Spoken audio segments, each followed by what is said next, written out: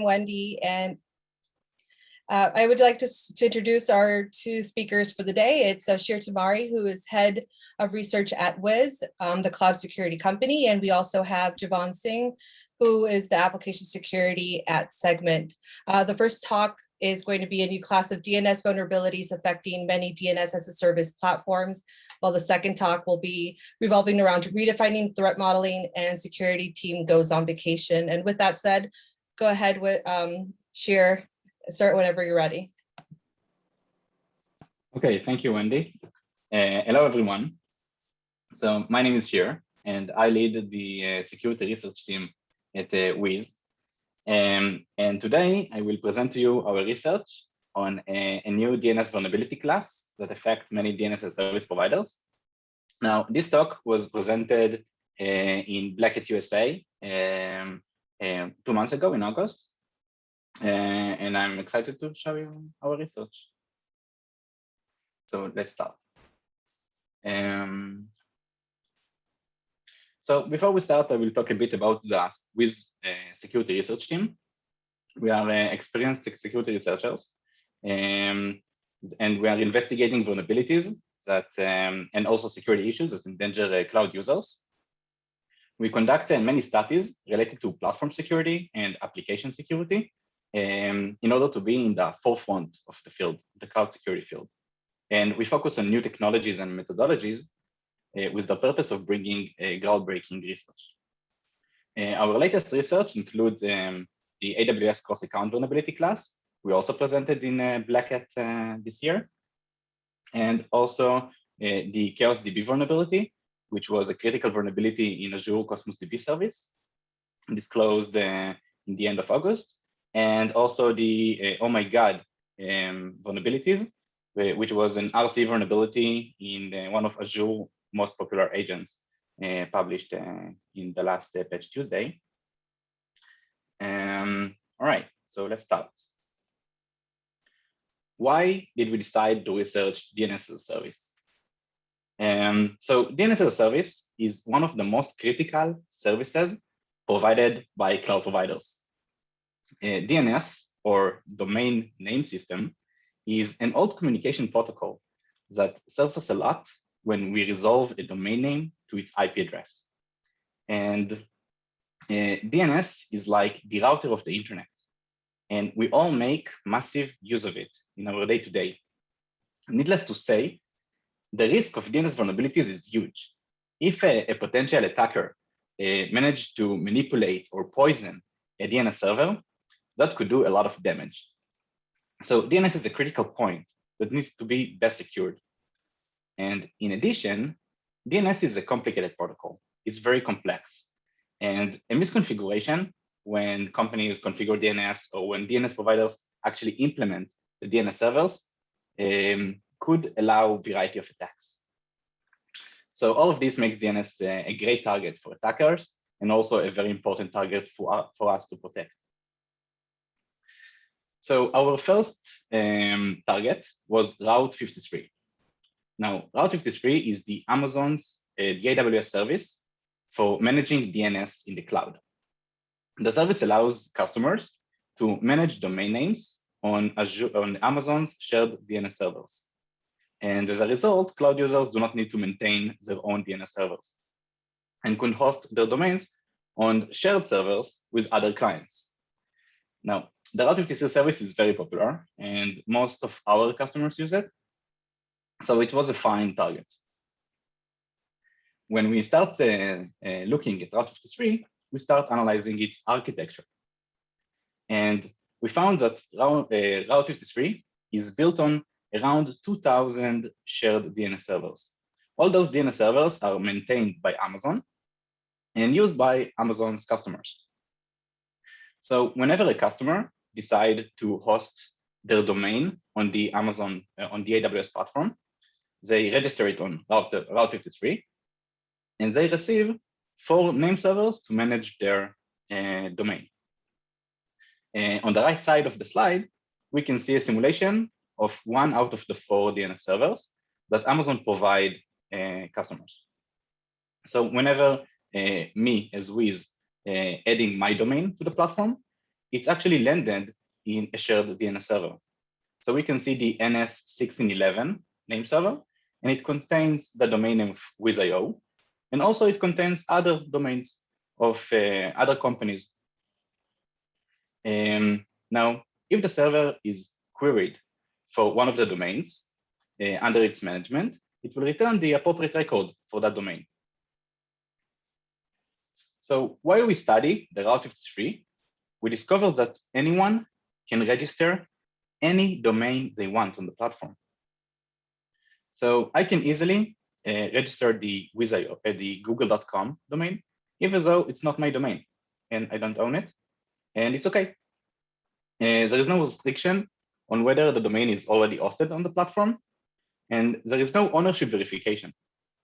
The only limitation is that if the domain is already exists in a specific name server, it will not be possible to register it again on the same server. I mean, NS1611 could not have a duplicate entry of Wiz.io. So if I register Wiz.io on the Route 53 platform, and it landed in NS1611, which is one of the 2000 shared name servers, it's no longer possible for others to register it on the same server. And it makes a lot of sense, because if someone will do that, the name server, when that name server will be queried about Wiz.io, it will have a conflict. It will not know which domain, which record it should return. So basically, anyone can register any domain of any of the any domain on any of the name servers, as long as it does not already exist there. So is there anything dangerous here? So for me as a security researcher, it felt like I had too much power here. The ability to register any domain I want on the Route 53 sounds a bit scary, but in second thought, all DNS-as-a-Service providers work this way. So is it really a security problem? So this leads us to a very cool research question. Which domain can we possibly register on the platform that, one, it does not exist on the name servers, because if it does exist, we will not be able to register it again. And two, DNS client must query for it. Because if no one is querying the name server for the domain we added, it will have no effect. And we want to trigger effect. So we thought about it and came up with an idea. What would happen if we register one of the official AWS name server on the platform?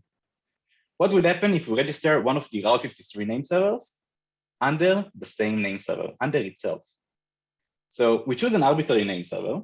In this case, it was the ns1611.aws-dns-couk, and we try to register it on the platform enough times that at least once it will fall under the management of the same name server.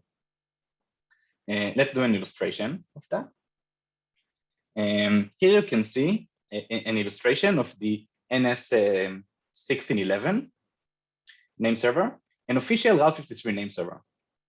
You can see it contains DNS zones for several of Route 53 customers, which is Wiz.io and other companies.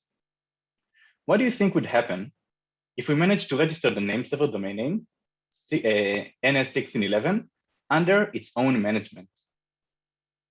So I truly don't know what would happen, but we must check out. So we tried it. We actually went to Route 53 and tried to add the NS1611 on the platform. And apparently it worked. So as you can see on the slide, our new domain, NS1611, is now managed within a name server with the same domain name.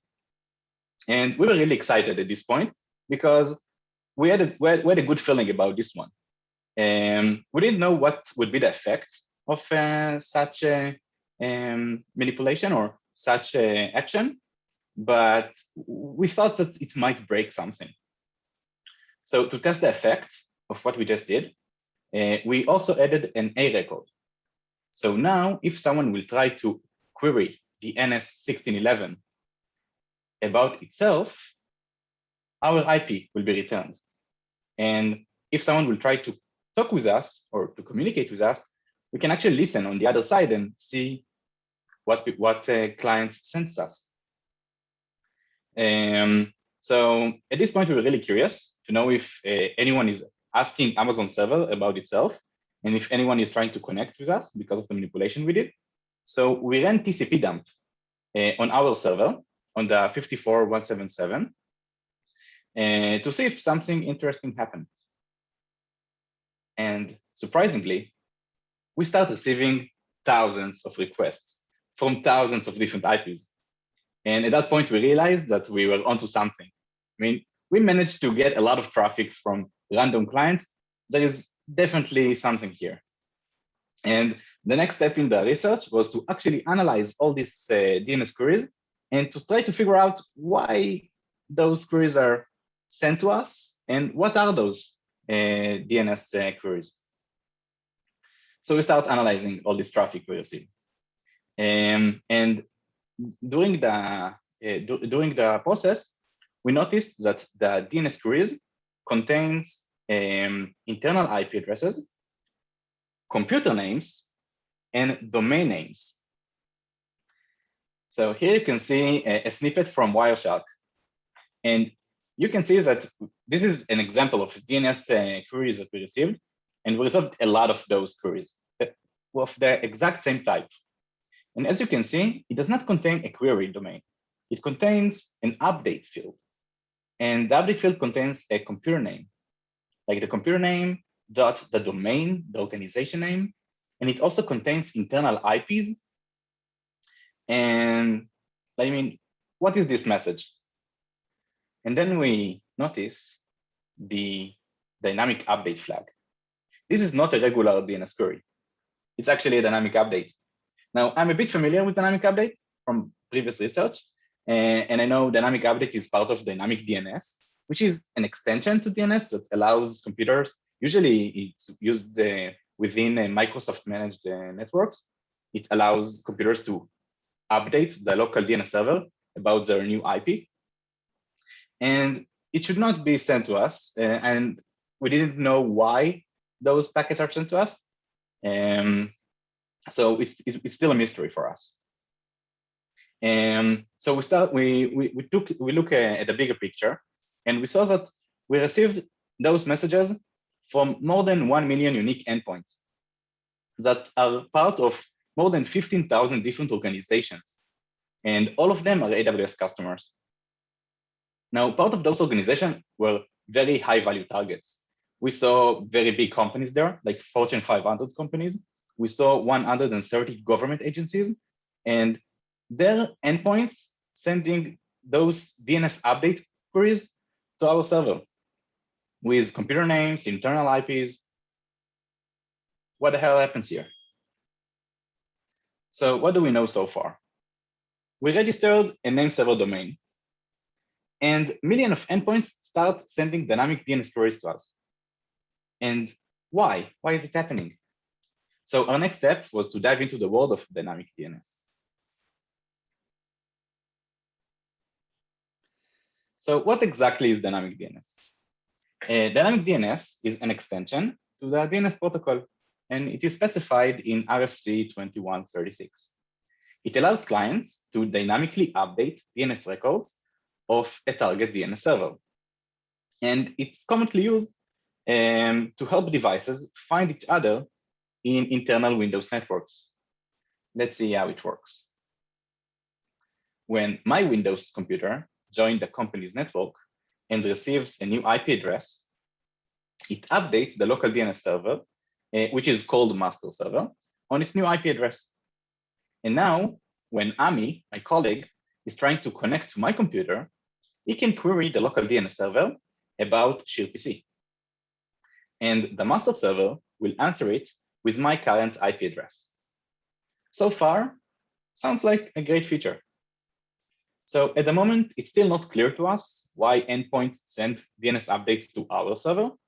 These are requests that should never leave the internal network. Could it be that the endpoints think of our server as their master server? how do they even know how to find the master server? So it turns out that Microsoft has its own algorithm for finding the master server.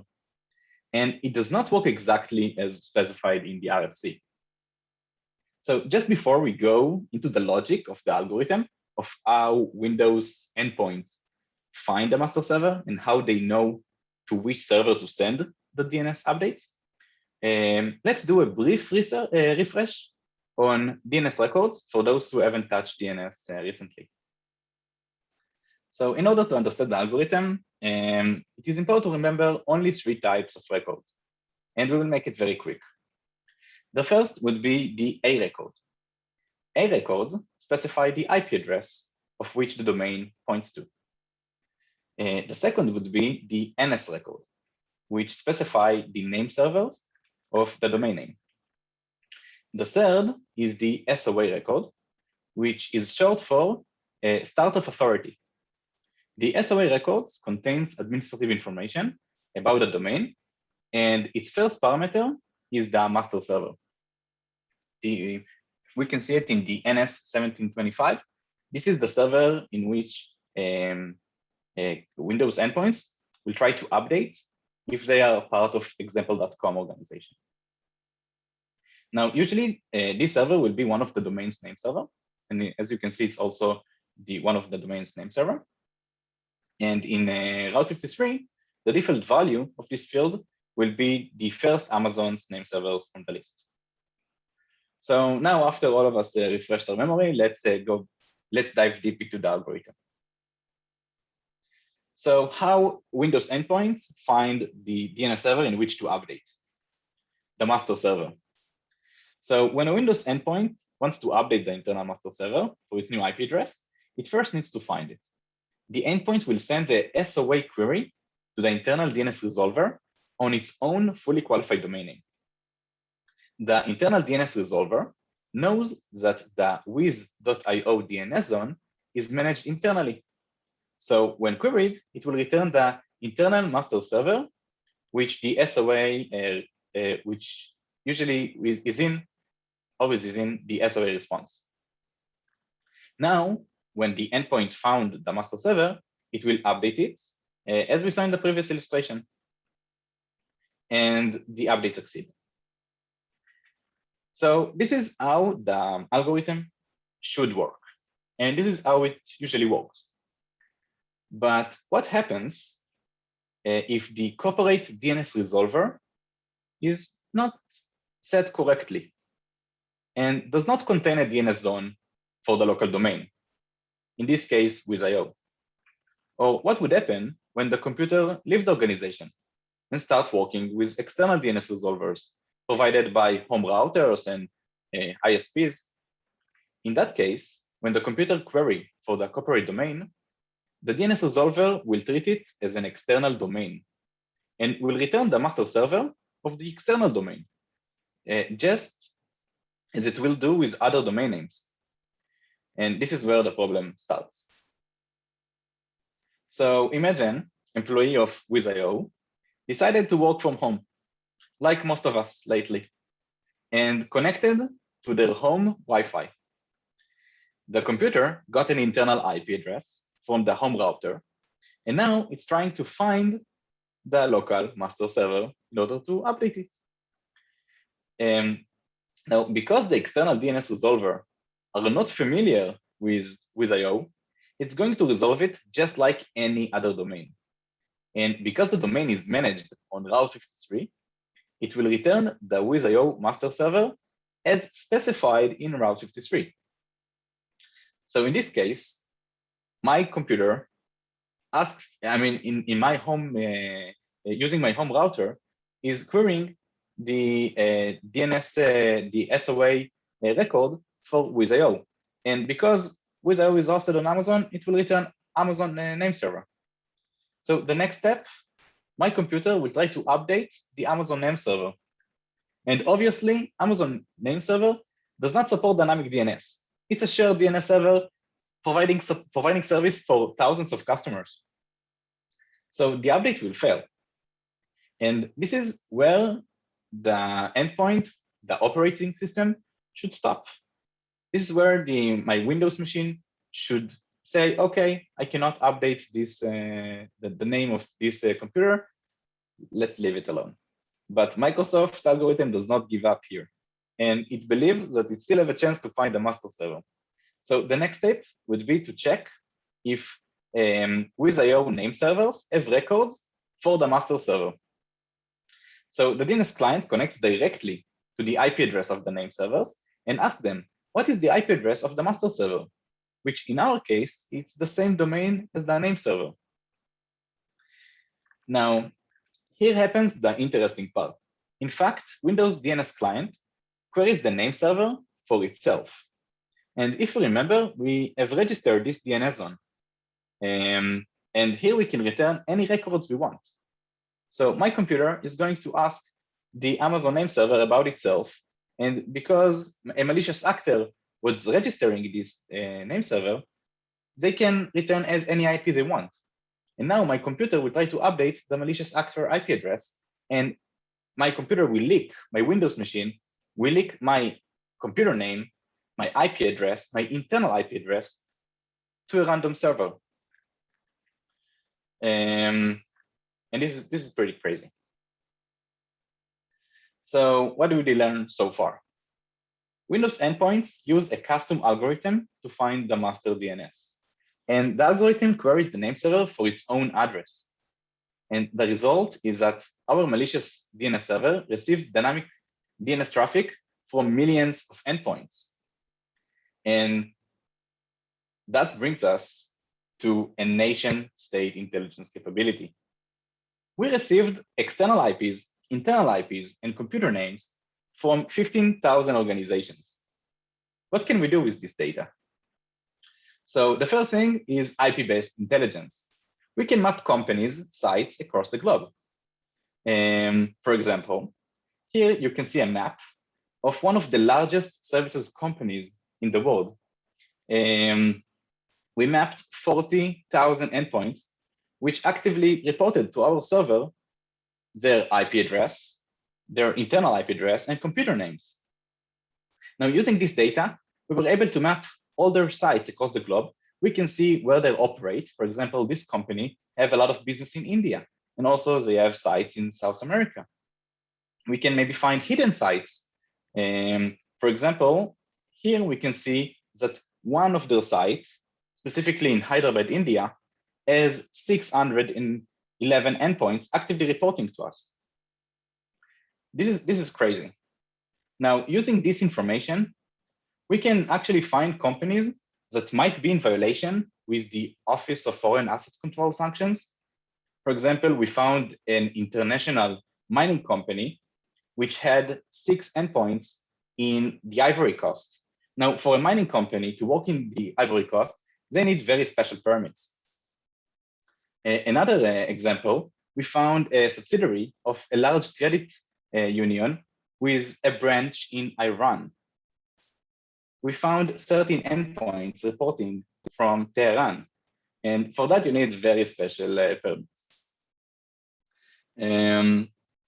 Using internal IPs, we can map the internal segments of the organization. For example, we saw an organization that all of their 10.10 IP range was belonged to employees, and we saw it by the computer names. And the 10.10.33 was their CI/CD network. We saw their build and CI/CD machines there. And the 10.100 was their operational network. And internal IPs can expose a lot of information for potential attackers who would like to make a strategy before they attack an organization. Computer names also provide a lot of information. They actually give us a hint about what is the endpoint, who it's belonged to, and what is the purpose of that endpoint. For example, we saw this DNS update from a Windows machine, which is probably it's probably a build machine. And we came to this conclusion because its name. We also saw this machine that its name is Finance01. It's probably in the finance department. Now, let's talk a bit about the risk of this kind of vulnerabilities. the scope here is very big. Any company that allow customers to register their own domains and to manage their domains on the company DNS could be vulnerable to this kind of attack. Any cloud provider, any DNS-as-a-Service provider, shared hosting, domain registrar, all could be vulnerable to Nameserver hijacking. So in terms of disclosure, we disclosed this vulnerability to Amazon in February this year. And we also reported to two other big cloud providers we found vulnerable. Now it's safe to say that one of them was Google GCP. They fixed it in August. And there is another company which is still in the disclosure process. Amazon fixed the vulnerability very efficiently. They made a list, an ignore list of all of their name servers, and they are not allowing customers to register those domains. If nowadays you will try to register one of the Amazon's official name servers, you will get this error message that the domain name contains invalid characters or an invalid format, and it's a very efficient fix. When we talked with Microsoft about it, they didn't consider it as a vulnerability. They said it's a known misconfiguration when using external DNS providers. But nowadays, actually, they do want to talk a bit more about this specific case. They understand it might actually be a vulnerability, and it's still this discussion in Microsoft. Yeah, so we would like to offer a solution, a fix for both organizations and DNS-as-a-Service platforms.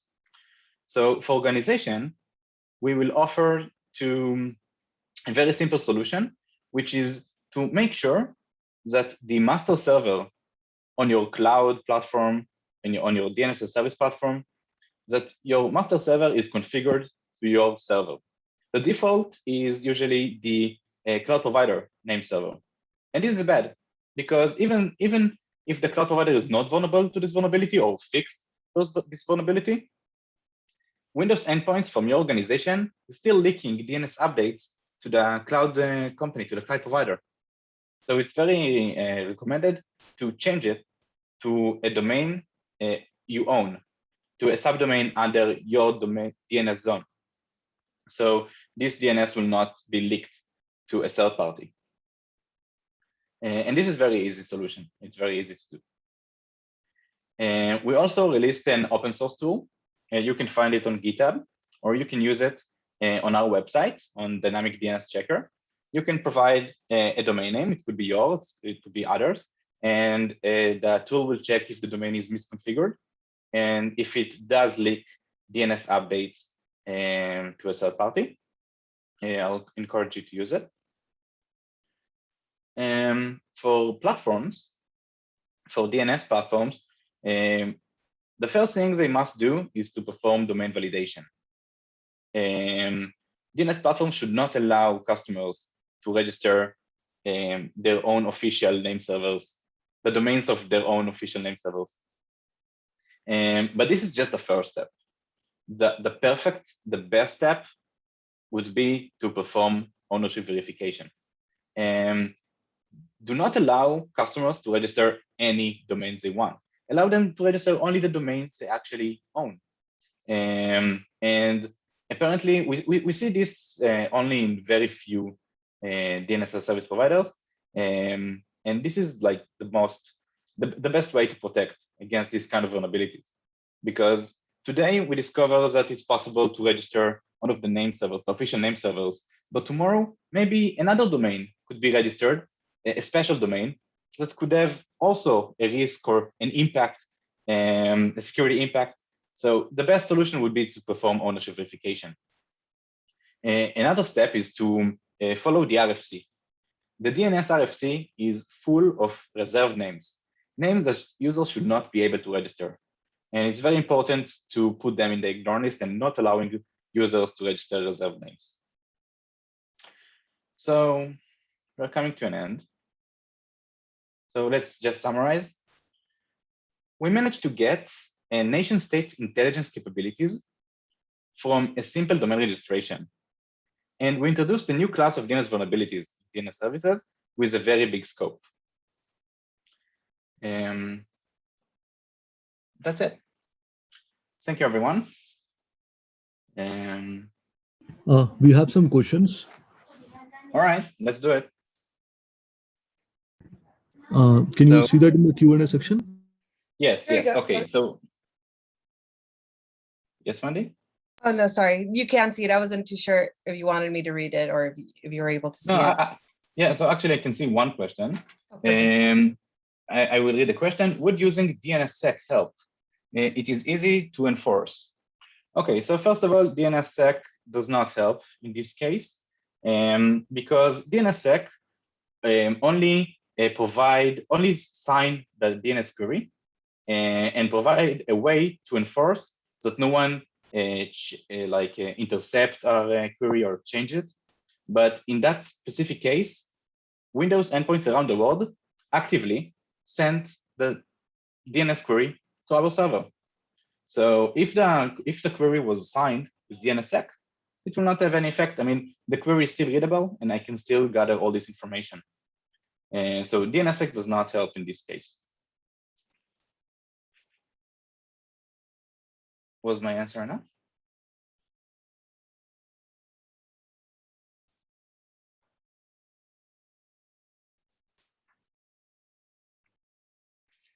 Okay, Cloudflare seems like it would be heavily impacted. How have they responded, and what would you recommend for mitigations? Okay, so actually someone from Cloudflare approached us before the presentation, and they did check their own, and actually, apparently they were not vulnerable to this vulnerability. Apparently, it was not possible on Cloudflare to register one of the name servers. So no, they weren't vulnerable.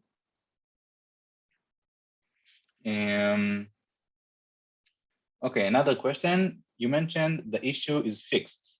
Then why organization needs to fix? Okay, so we showed this is actually a new class of DNS vulnerabilities, and we believe that many DNS-as-a-Service providers could be vulnerable to that. We only tested it on 6 vendors, which 3 of them were vulnerable, but we don't have the capability to check it on all DNS providers, on all domain registrars. So we provide a way for organization to make sure they're not vulnerable. If organization will follow our mitigation guidelines, even if the DNS provider is vulnerable, their data will not be leaked to the DNS providers and their data will be safe.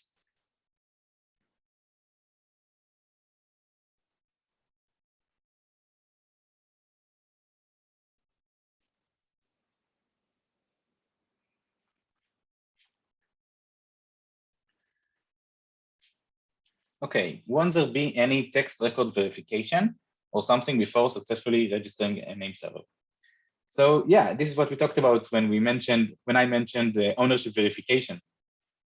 Almost none of the, just a few of the DNS service providers actually perform ownership verification. And then if they do that, they use the TXT record to do the verification. I believe actually Cloudflare is doing that, but I'm not sure because I'm not a Cloudflare user.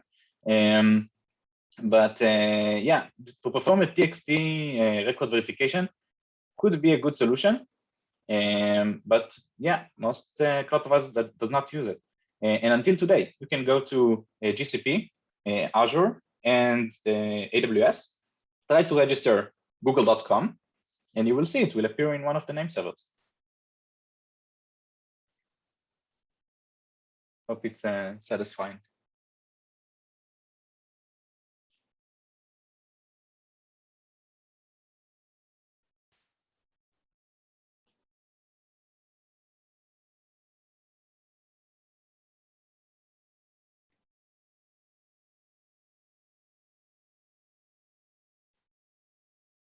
Okay, so if we don't have any other questions, I encourage any of you who will have maybe a question later, don't hesitate. You can send me an email. You can send me a direct message on Twitter.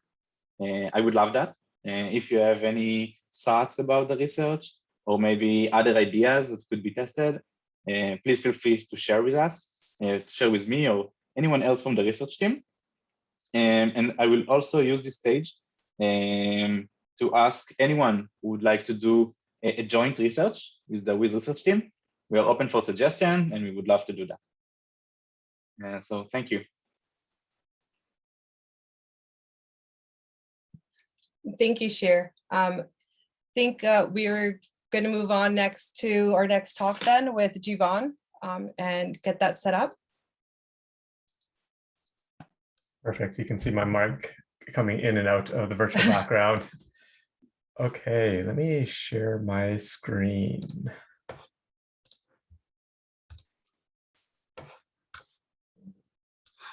Perfect. Just gonna get everything set up. Good old Zoom always puts it into the second screen. Everyone can see the screen, I'm gonna assume? Yes, yes.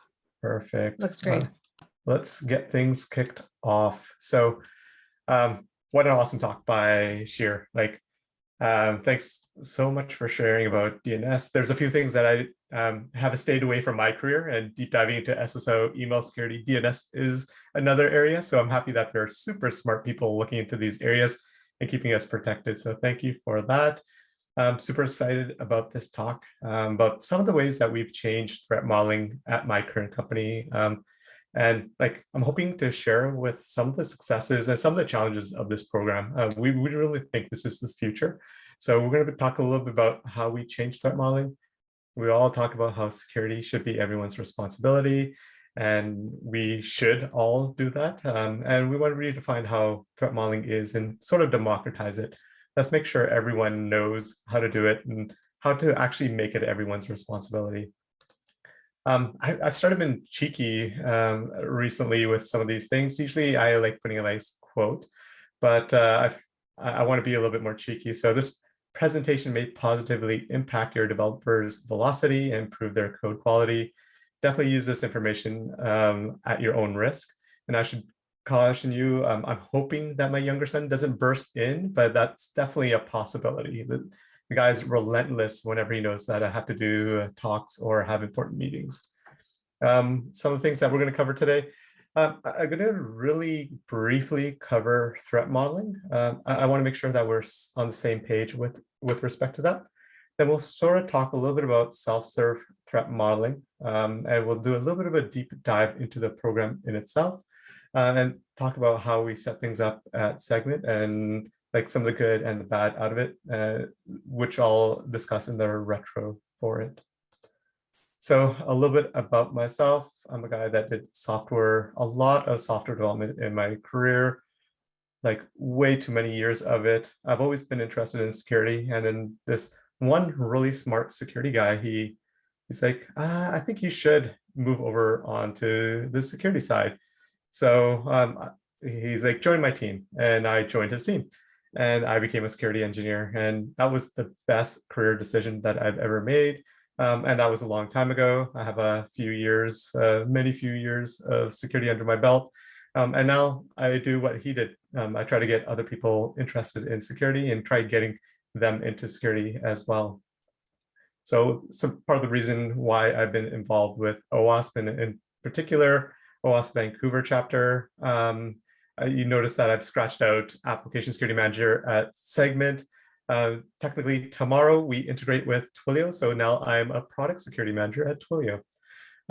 One fun fact about me, I really annoy my family with I talk a lot about risk at home. And I was definitely not able to predict the yeast shortage at the beginning of the pandemic. It was quite upsetting to me because I wasn't able to make pizza for a month. So now I've mitigated that risk by having a good, solid supply of yeast. So hopefully we don't run into those problems in the future. Okay, enough nonsense. Let's actually talk shop. Threat modeling basics. Again, I don't want to dive too deep into this, but I do want to make sure that we're on the same page. What is threat modeling? I feel that the goal of threat modeling is quite straightforward. We basically want to identify assets that are in our system and figure out risks to those assets. Straightforward. And at the very base, threat modeling should be very, very simple.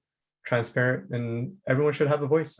Everyone's viewpoint on the asset and how you can attack the asset is different, which is why if you include a lot of folks as part of the process, you can build a very robust system.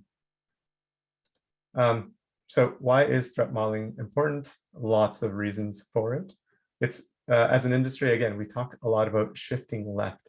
And we talk about it because the further left you shift with your security posture, the more robust your system can potentially become, the cheaper it is to actually fix vulnerabilities. And threat modeling is very, very, very far left. We're actually performing security within the design phase. Now, it also potentially means that you can fix vulnerabilities before they actually are created within the system. So super important to actually do threat modeling as part of your process. Threat modeling is also a great way to discover assets within your system. When you're architecting a solution, you want to know what your assets are. So when you think about your assets, you want to make sure that they're resilient as part of your system. And like if you have an attacker mindset, you might even think about the different ways that you or someone else can cause harm to those assets.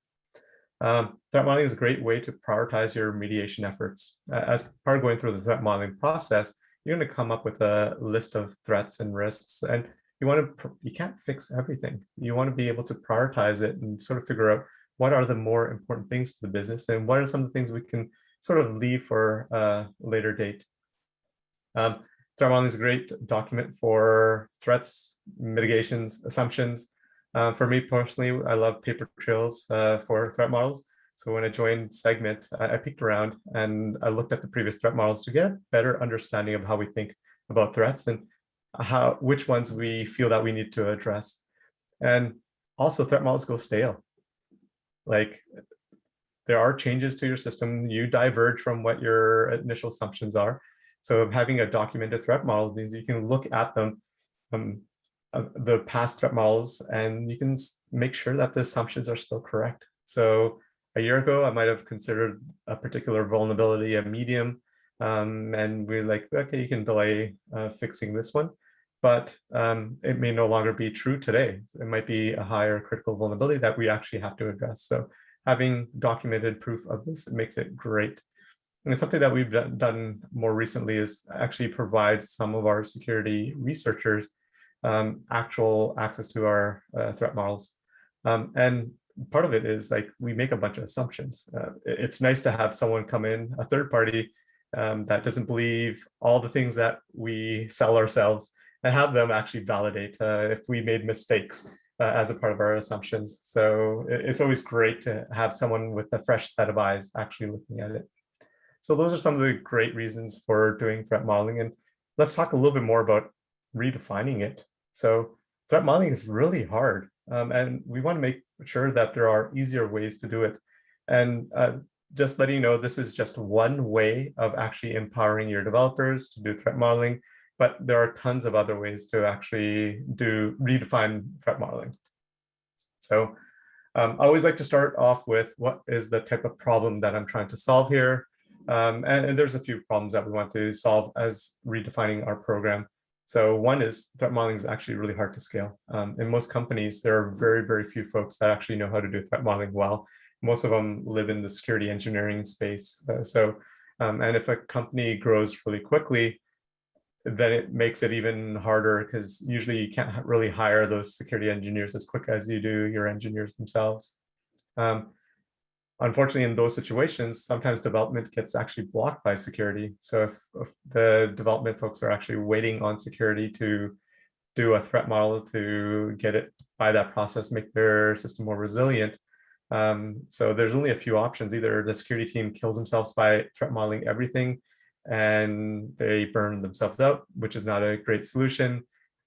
Development gets blocked and has to wait for security weeks, months to actually do the security reviews. Not another great solution. Usually it ends up being that security will have to pick and choose which things they want to threat model. And that means a lot of systems may not have a security review on it. So unfortunately, that's like the choice, the best of the bad choices that you would make. And I believe, and I think all of us sort of believe that application security folks, we should focus on the most important task. And that might be threat modeling, that might not be threat modeling, but it doesn't make sense for AppSec to sort of spend their time threat modeling a tool that has very limited internal use. So again, we as security engineers, we are so small population of our business, we want to make sure that whatever we do, we spend on high impact things to the business. So what is self-serve threat modeling? So in my utopian world, developers are going to do the vast majority of threat modeling, and without even security being as part of the process. So that means that the developers will put together all the documentation, they'll discover all the assets in their systems, figure out what's in scope, what's out of scope. They'll actually think of all the risks to those assets, prioritize that list, and figure out which ones they actually immediately have to deal with and which other ones that they can deal with at a later date. So when they're able to do all of that, that means that the security team can sort of walk away and really focus on training engineers to get better at threat modeling. So security's role should be just making sure that the engineers are getting better and better and better at threat modeling, have new improved training, make sure that you engage with folks, you coach them to really discover and find vulnerabilities. New employees that come into the organization should get all of the trainings. Maybe the older employees, maybe not older, but employees that have been there for a while should get new and improved training. But we want to make sure there's constant learning. And the goal for me is to make a bunch of mini security engineers throughout the organization. It would be great that if all these folks actually know how to do threat modeling, they'll get to discover all these vulnerabilities, all these bad things as a part of their systems. And once you discover those bad things, you're sort of empowered. You sort of own that bad thing. You want to fix it. You want to make sure that you fix your system. So building out these mini security engineers will really help make sure that you are focusing on the important things. And it's a great way to actually scale with the organization. With self-serve threat modeling, it doesn't matter if you have 10 engineers or 10,000 engineers. If everyone there knows how to threat model, then you're going to be able to actually do security reviews on all sorts of things, every new feature that comes out. So does that solve our problems? Yep. So when every single person, every single engineer actually knows how to threat model, by definition, we've just scaled our program. So engineering team can actually do the vast majority of threat model sessions themselves. Engineering should no longer be blocked by security. They know how to do the threat modeling themselves, so they don't have to wait for us anymore. They can just go forward and do what they need to do.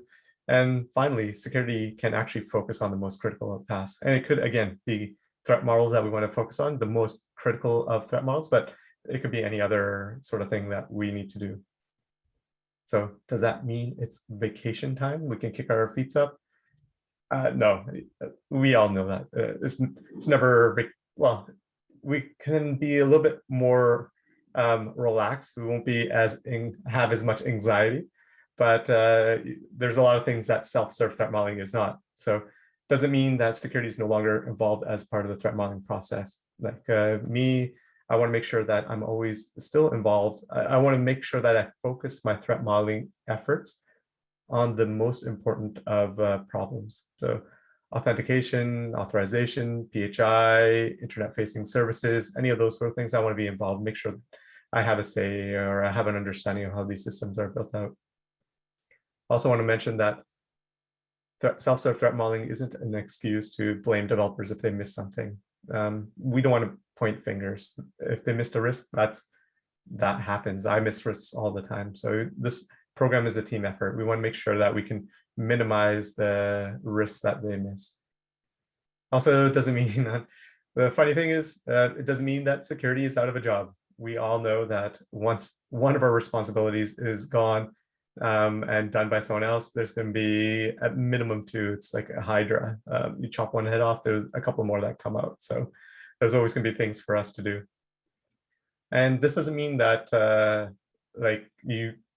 there'll be still other important security things to be done. So it's still important to make sure that you have a strong SaaS, DAST, pen testing, metrics, all that sort of program.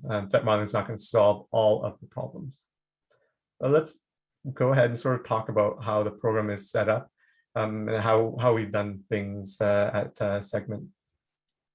So before you can do anything, you need to get buy-in from the right stakeholders. So what we have sold it to within our in our business was that with a very little amount of extra time engineering effort, we're going to speed up velocity. We're going to have fewer vulnerabilities. That means that you're going to be focusing a lot more on development. So again, better security means fewer vulnerabilities, which means less time engineering actually has to dedicate to fixing security problems, which will again increase development velocity. You're not going to be waiting on security to do these reviews. You can actually do it yourself, which increases again velocity more. And the way that we set up the program, it's very minimal additional time that engineering is required. Now, I'll talk a little bit more about that as part of our when we talk about how we do our training and how we actually do sort of like make sure that we're observing and reviewing the threat models.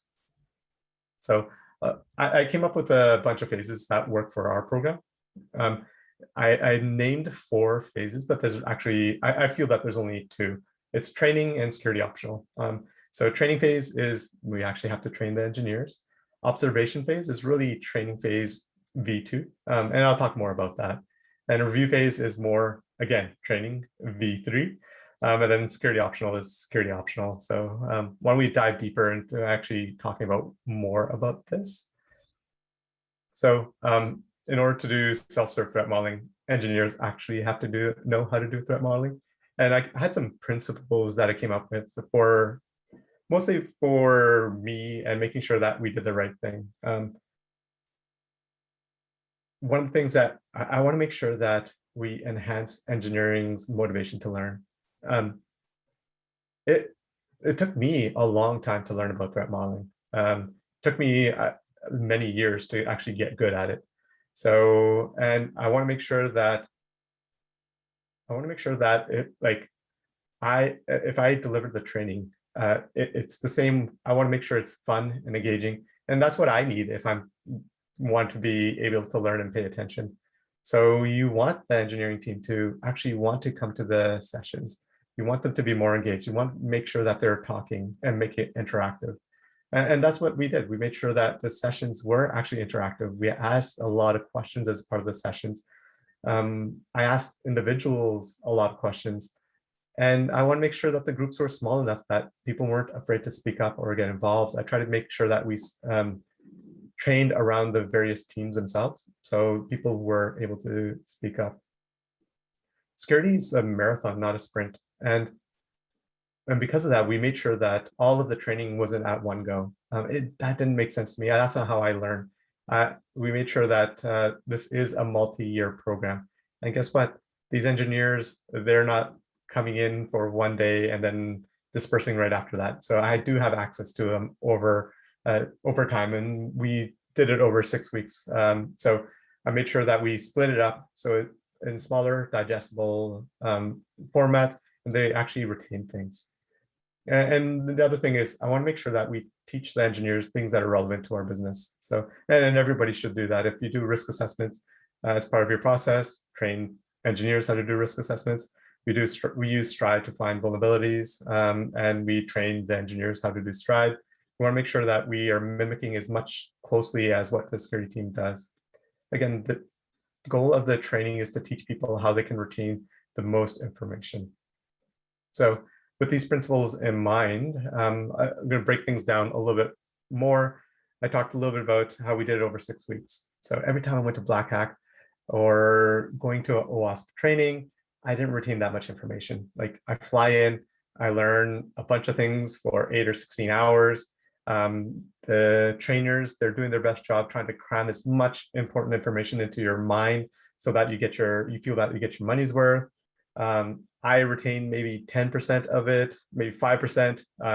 It disappears very quickly. Like I mentioned, these are employees of the company and I have access to them. So we can structure the training any way we want, but we want to make sure it provides the most benefit. So I split it up in 3 different sessions.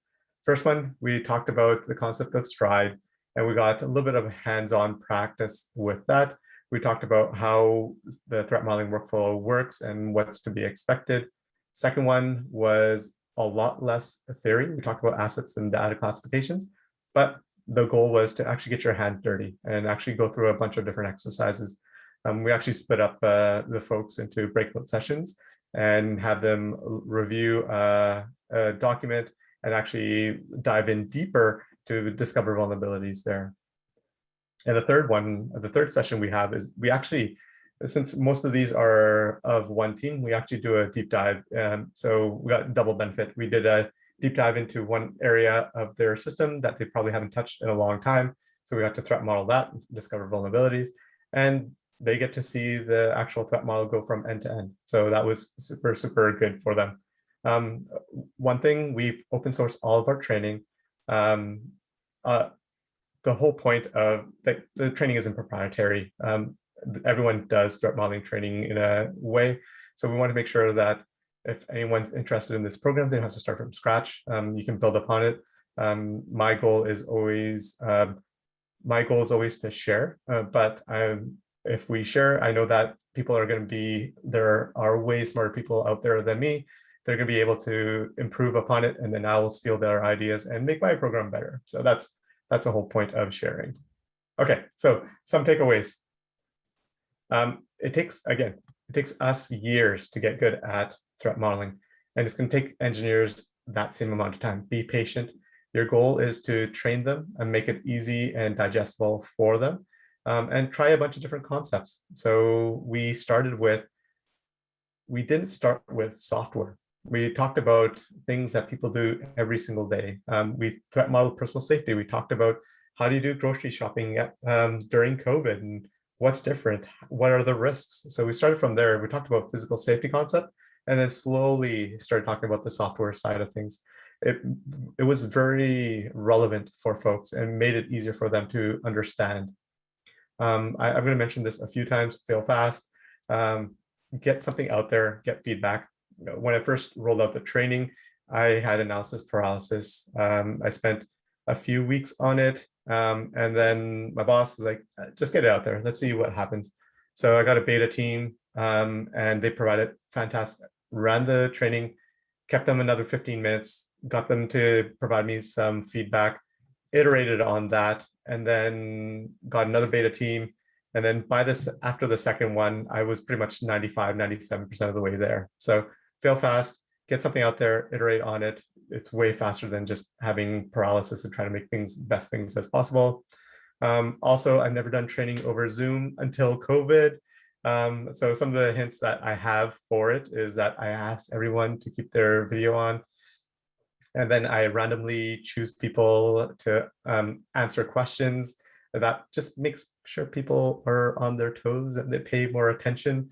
And I always try to make things fun and engaging anyways. So we got some great reviews from the training.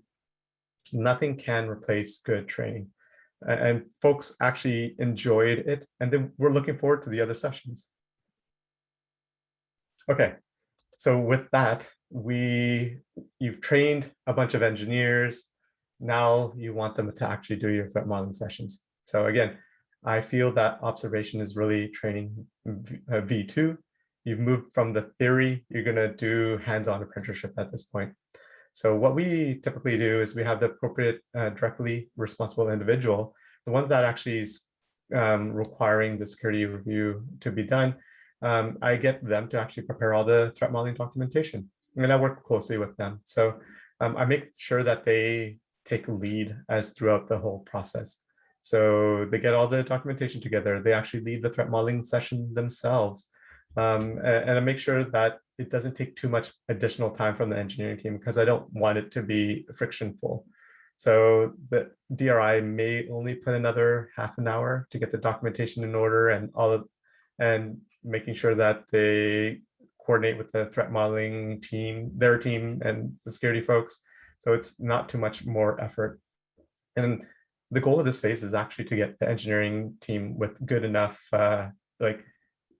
coaching so they can threat model on their own. So we try not to tell the engineers what the vulnerabilities are of the security team. We try giving them hints and coach them towards finding those vulnerabilities. we work with them to figure out how to prioritize the vulnerabilities, which ones they should remediate, which ones can be left for a little bit later. And I want to make sure that every time that the engineers should feel leaving every single one of these sessions that they've learned something new. And once you start seeing them finding all the critical and high priority vulnerabilities, then you know that they're ready to start moving on to the next stage. Perfect. So what are some of the takeaways? Again, your goal is to coach them and to make sure that they can go there and do it on their own. I try to help the engineers with the documentation as much as possible. Very, very smart security folk told me a long time ago, the best way to scale your security program is to talk to people one-on-one. And I take every full advantage I can do that. So when I'm working with them with the documentation, I sell them on the process, I sell them on security, and I coach them up to make sure that they're sort of understanding how to do the threat modeling. Threat modeling is a team sport. Make sure you have enough people as part of the conversation, and there's enough diverse opinions. And we all know as security folks how important diverse opinions are as part of threat modeling. I personally DM folks that aren't talking enough in the threat modeling sessions. Everyone's voice counts. We had a junior security engineer. Oh, he was junior when he joined the organization. I would DM him and he would come up with things that I would never even consider. So it's important that everyone is involved. And like, I like to close the loop with the engineer after the fact. Let them know that they did a great job. And if there are things that you want to give them some small hints, give it to them. But the whole point of this is a learning exercise. We want to coach people to do things better. One of the worst experiences I've had out of it, it's worse because my ego was very bruised. Literally the very first time I did this observation exercise, me and another fairly senior security coworker, we did one of these sessions with the engineer, and they prepared the documentation. We got into a room, we talked about all the vulnerabilities that they discovered and talked about how to remediate these things.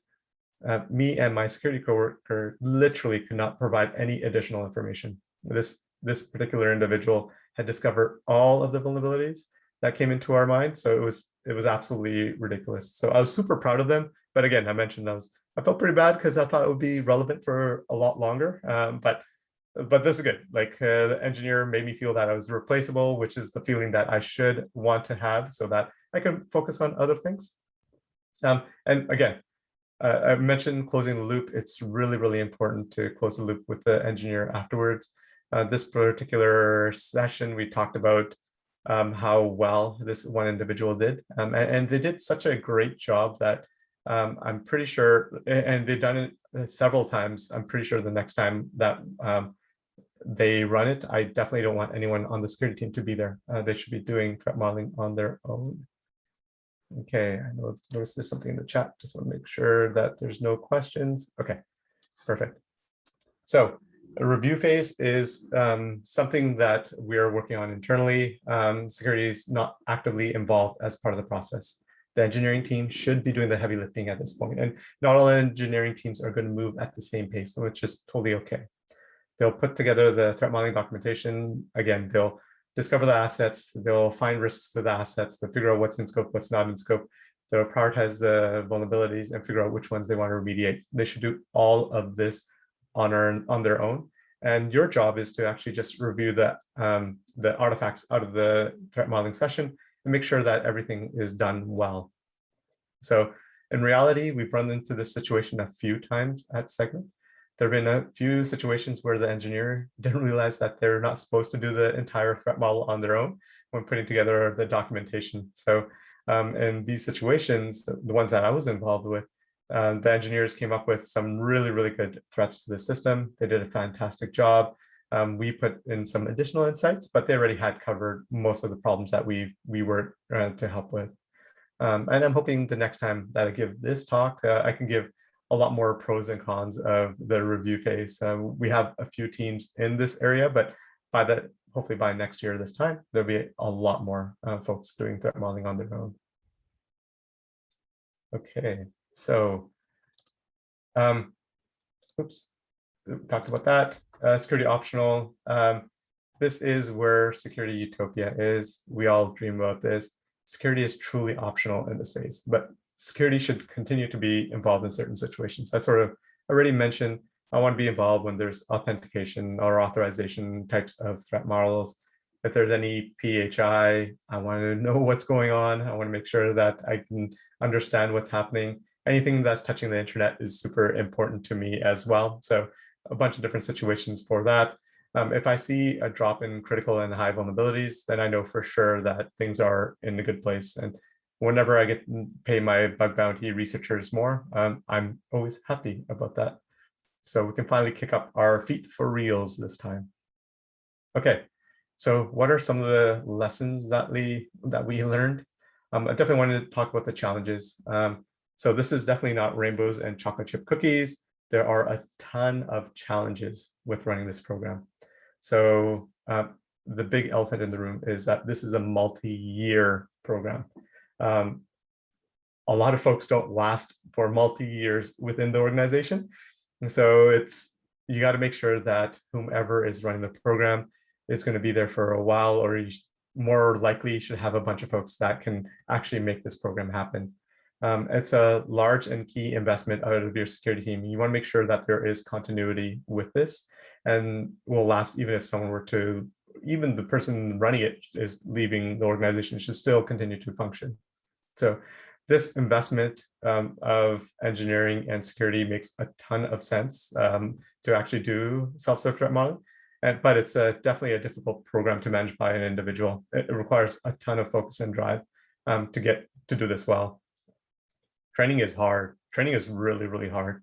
So, and there's a ton of different reasons for it. So one is one person came up with the training. It's really hard to deliver someone else's presentation. It's really easy to deliver your own presentation because you know the content inside and out. You can answer for anything. But delivering someone else's is really hard because you don't really understand the nuances and the details. So you really have to make sure that the trainers themselves, you give them enough autonomy that they can modify the training in itself and to make it their own. So they have to have that sense of ownership. Another thing is you got to make sure that you don't burn out your trainers. When I kicked off this program, I trained 80% of the engineering folks in 2 quarters. And I did not want to touch threat modeling training for a long time after that. It really burns you out. So you got to make sure that you distribute that load properly amongst all of the folks. You can still have the regular threat modeling challenges. So you're going to, are the devs threat modeling all the things? You don't know. You have to make sure that you have a sturdy process to validate that. How do you organize all your threat models? Do you have a central place to do it? Threat models go stale. How do you deal with that? And none of these problems go away when you have self-serve threat modeling. You need to continue to be vigilant and ensure that you're on top of things. For us, segment was fairly easy. We only had about 125, 150 engineers at that point. We've grown considerably since. So how do we scale this program to a company that has several thousand developers? So I sort of mentioned I personally trained most of the developers at Segment, and scaling this program for many thousands is not going to be easy. With us integrating with Twilio, I do hope that I get the opportunity to sort of think about this problem and figure it out. I'm doing it with like a computer-based training is not ideal. You want to be interactive. You want to make sure that the content's relevant and interesting. So it's going to be interesting how we deal with it.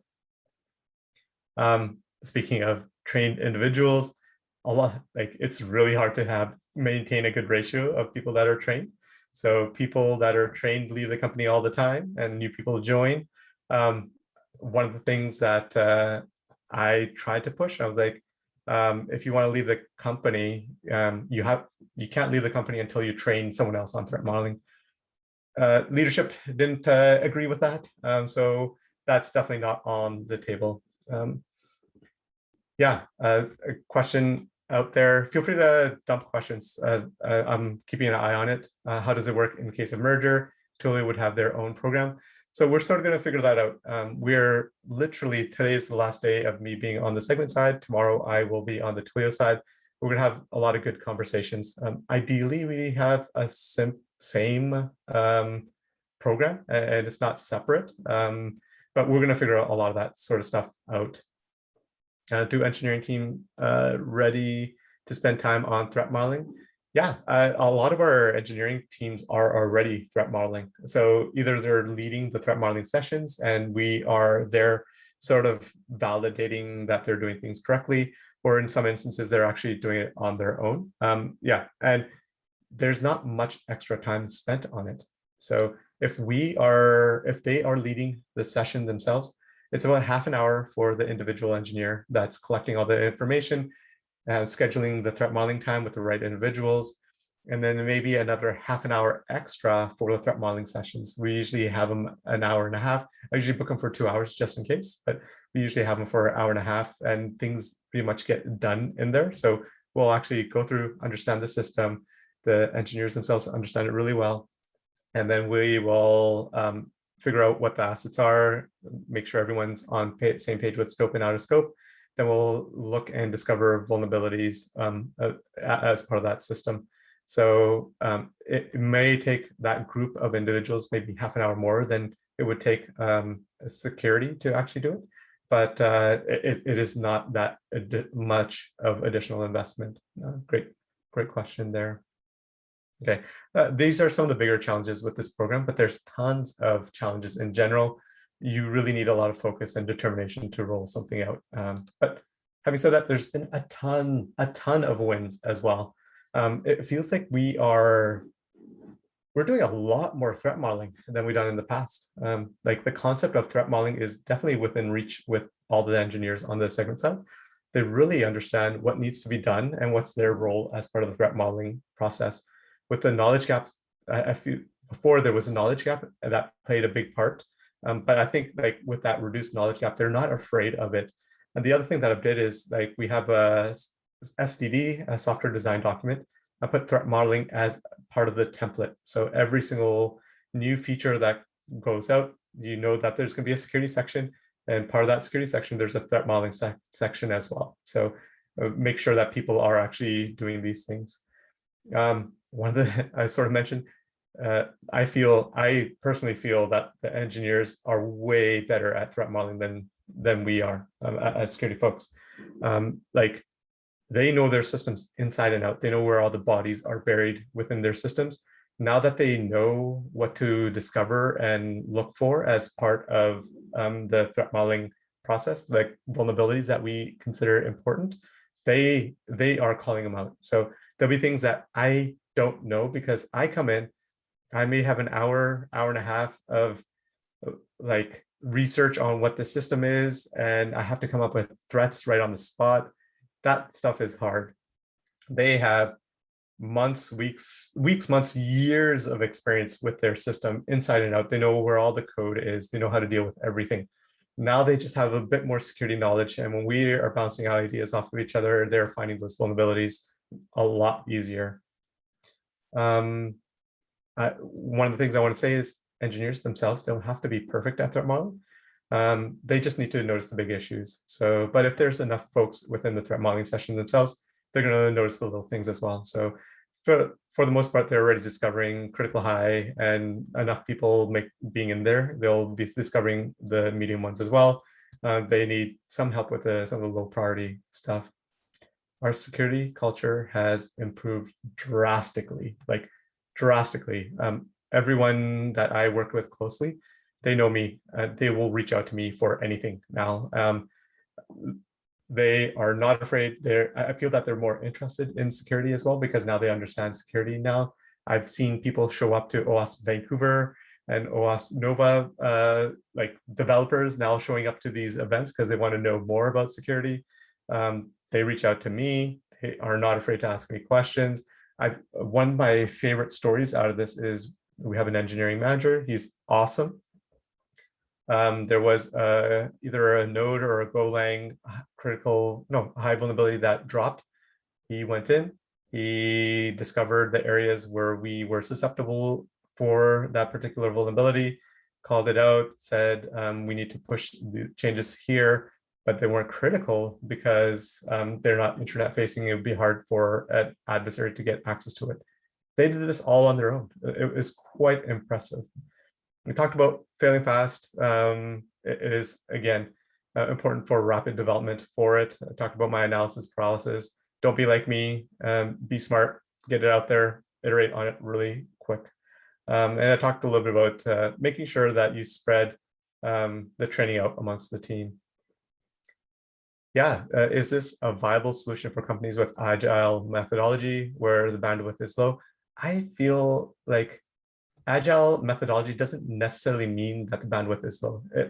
You still should have proper processes in place. So as long as you really make sure that the engineering leadership is aware that this is an important part of actually doing, as part of the software development process, it is way cheaper to fix a vulnerability in the design phase than it is when it's in production. It's going to cost you money in bug bounty. You might have to re-architect the solution. So yeah, there are much better ways. So definitely try selling them, saying that by doing this is actually going to save you more time. You don't have to work on a development thing, or sorry, security things in the future. It's going to improve your velocity. Make sure you threat model. Perfect. Okay. I have a couple more questions, but they'll be answered with the slides. So thank you for asking. The resources, how can you get started? Okay. Before I get to resources, I will have to make a pitch for Twilio. I usually made it for a segment. Now Twilio, if you like this presentation, we have a few roles that is available. So we're not always stuck in operational work. We get to do some great strategic projects like self-serve threat modeling. So I don't know if it's a big win or fail for you, but you might be able to work with me. So definitely, if you're interested, there are some roles. Check it out. Reach out to me. I'll show you how to do that. And then here are some links to. I have a blog for this whole thing. I said a bunch of things here. Hopefully, you got the gist of what I'm trying to get at. There's a blog. Read it. If you have more questions, we have the training, get the training PDFs. If you have more questions, SSTM@segment.com, self-serve threat modeling @segment.com. Hit me up. I reach out. I talk to people often. So feel free to ask me any sort of questions. If there's things missing, or if you want to see things on the slides, let me know. Tell me the program sucks. Tell me it's great. I don't care. Definitely have a look at it. Give me feedback. I'm always looking to improve.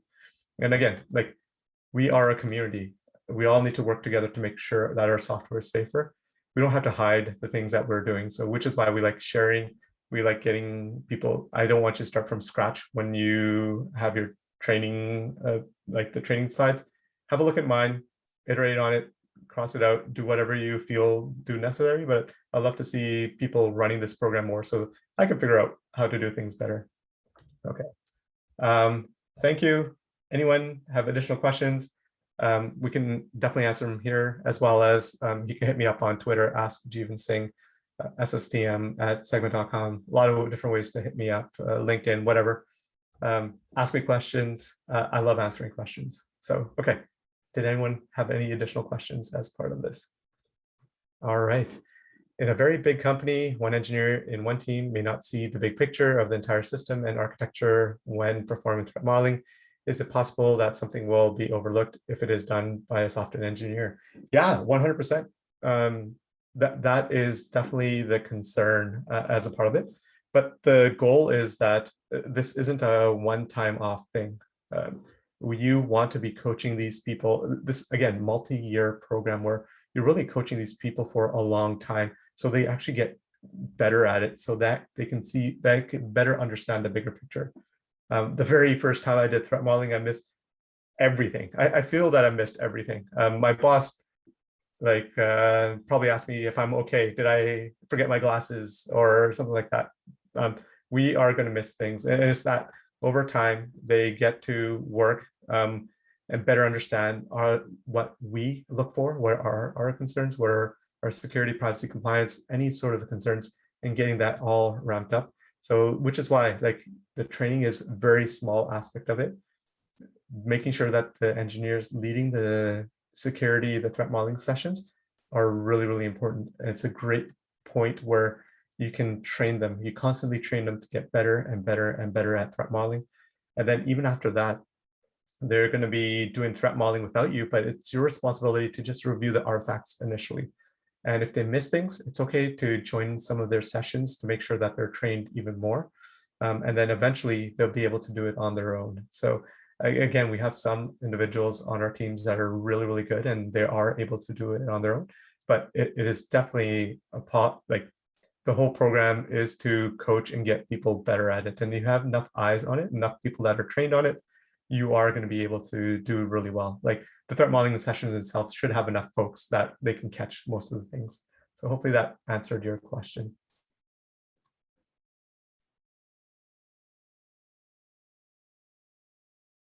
Anything else? Oh man, that's a great question. Okay, how do you align threat modeling with other non-AppSec, InfoSec verticals, CorpSec, GRC, InfraSec? Love that question. That was actually going to be the second part of what we do in our program.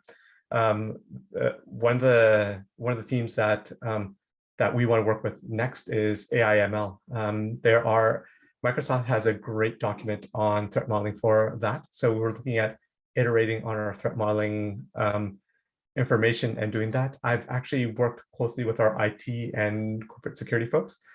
So we did provide them some training as a part of it, but we didn't go all the way where we're getting them to loop us in as part of it. But definitely want to iterate on that. CorpSec, GRC, InfraSec. Our InfraSec, we call CloudSec internally. They're heavily involved as part of our process. CloudSec actually delivers some of the training themselves as well. And so we're good with our AppSec and CloudSec initiatives. We're pretty covered there, but we do want like the corporate security, and try to even roll it out beyond that. One of our best threat modeling individuals was one of the documentation people they're like, hey, is this only open to engineers? Can I join? I'm like, anyone is able to join. And this documentation person was ridiculous at threat modeling and thinking about security concerns. So yeah, they moved on. I wish they were still working at Segment, but they moved on to a security company. So I'm super happy with that. So we definitely make the program open up to anybody that's interested in security. Great question.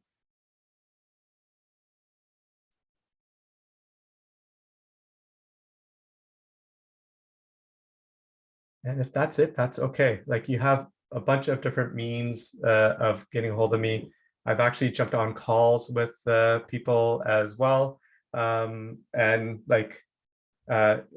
I want to share. I like sharing. I feel that the more I share, the better I get as myself. So please look at it. If you have questions, ask me. I love to interact and make sure that we're all doing the good thing.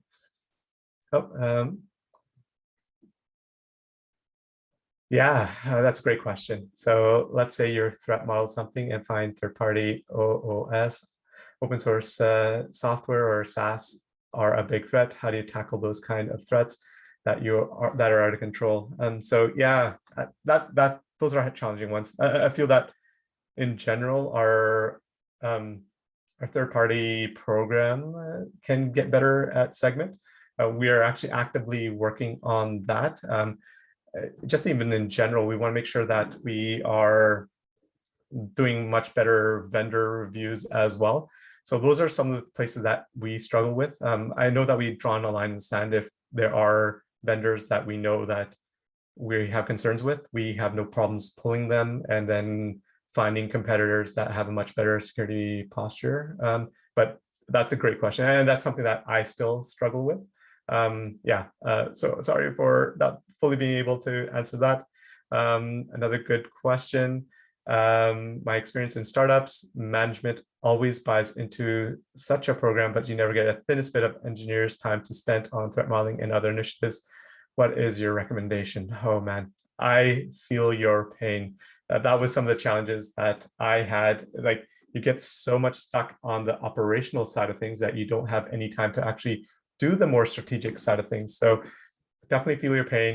We have a great leadership team that really has believed in us as well as our programs. So we are able to work really closely with them to actually get it done.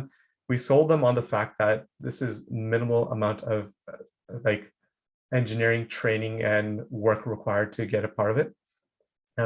It really helps if you have a strong ratio, which we do here at Segment. We have a strong ratio, so we are able to do these things. And like, if you are able to sell that, listen, for us, it was 5 hours of threat modeling training over a 6-week period. That's pretty low lift. The next one was that after that, like, it's going to be half an hour for an engineer to do the documentation, and then additional half an hour for the team to do the actual threat modeling. So worst case scenario, that's an hour for one individual per threat model. That's still very, very low lift as a part of it. And then after that, if you get to that review phase where you're actually looking at the documentation, the artifacts that come out of it, like, they're not being blocked at that point. They are able to get through the security review, do it themselves, and provide you artifacts. It's up to you to review it. So things should move a lot faster. So I'm hoping that you can sell them on the velocity, and over time that you're not going to be working on as many security things. So I'm hoping that might be enough within the startup space, depending on how big or small your startup is.